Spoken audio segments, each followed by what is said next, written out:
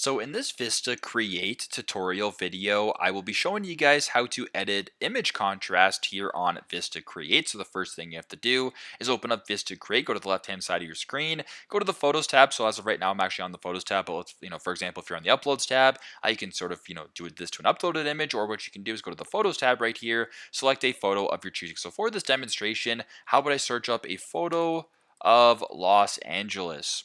Just like this. So for this demonstration, how about I use a image example of what appears to be Los Angeles here that I can actually use. How about I'll just use this photo right here of someone playing cards. So if you wanted to improve or, I guess decrease the image contrast here, it's fairly straightforward. Press on the image, go to the top left, press on edit image right here, and then scroll down to where it says advanced settings and where it says contrast right here. Just slide this bar to the right to increase the contrast and slide this bar to the left to decrease it. So fairly straightforward, fairly simple. This is how to edit image contrast here on VistaCreate.